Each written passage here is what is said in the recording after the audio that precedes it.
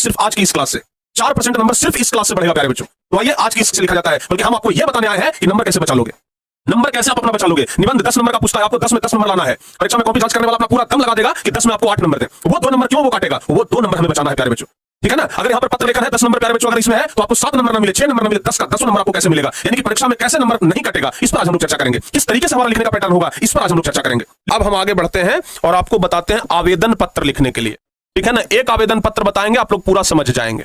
एक आवेदन पत्र बताएंगे, आप लोग पूरा समझ जाएंगे। तो आइए आज हम लोग आवेदन पत्र के ऊपर चर्चा करते हैं। आवेदन पत्र के ऊपर चर्चा करते हैं। आवेदन पत्र में क्या आ सकता है, जैसे आ गया मासिक शुल्क माफ करने के लिए प्रधानाध्यापक के पास पत्र लिखें। जैसे क्वेश्चन आ गया मासिक शुल्क माफ करने के लिए, मासिक शुल्क मतलब होता है जो मंथली फी होता है, तो मासिक शुल्क माफ करने के लिए, मासिक शुल्क माफ करने के लिए, मासिक शुल्क माफ करने के लिए, मासिक शुल्क माफ करने के लिए प्रधानाध्यापक मासिक शुल्क माफ करने के लिए प्रधानाध्यापक के पास पत्र लिखे। आवेदन पत्र होता है प्रधानाध्यापक के पास, आवेदन पत्र, ठीक है ना। आवेदन पत्र लिखे। दिखने में तो लग रहा है कि बड़ा आसान चीज है ये, है? दिखने में तो लग रहा होगा कि ये बड़ा आसान चीज है, कोई कठिन चीज नहीं है।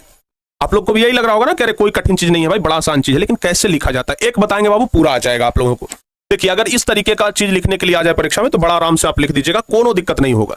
सबसे पहले बड़ा प्यार से लिखना है, सेवा में, एकदम यहां से शुरू करना है बाबू, सेवा में। सेवा में देने के बाद आप तुरंत कॉमा दे दीजिए। कॉमा का भी बड़ा महत्व होता है आवेदन पत्र लिखने में। कॉमा भी अगर आप छोड़ते हैं तो आपका नंबर कटेगा।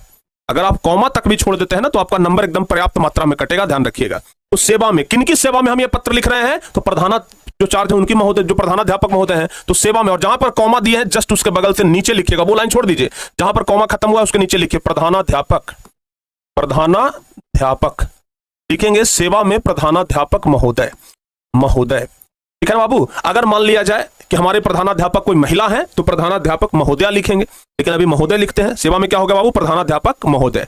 किस स्कूल के प्रधानाध्यापक हैं, तो मान लिया जाए कि हम लिख सकते हैं, हम लोग जैसे हम कुछ भी लिख सकते हैं, महाविद्यालय, हम ऐसे लिख देते हैं आदर्श महाविद्यालय, आदर्श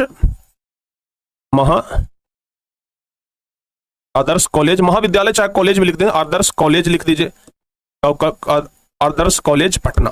अपने अपने ना यहाँ पर आप लोग कॉलेज का नाम लिख दीजिएगा, अपने अपने कॉलेज का नाम लिख दीजिएगा। किसी के कॉलेज का नाम हो सकता है कुछ हो, किसी का कुछ हो, तो अपने अपने कॉलेज का नाम आप लोग यहाँ पर लिख दीजिएगा।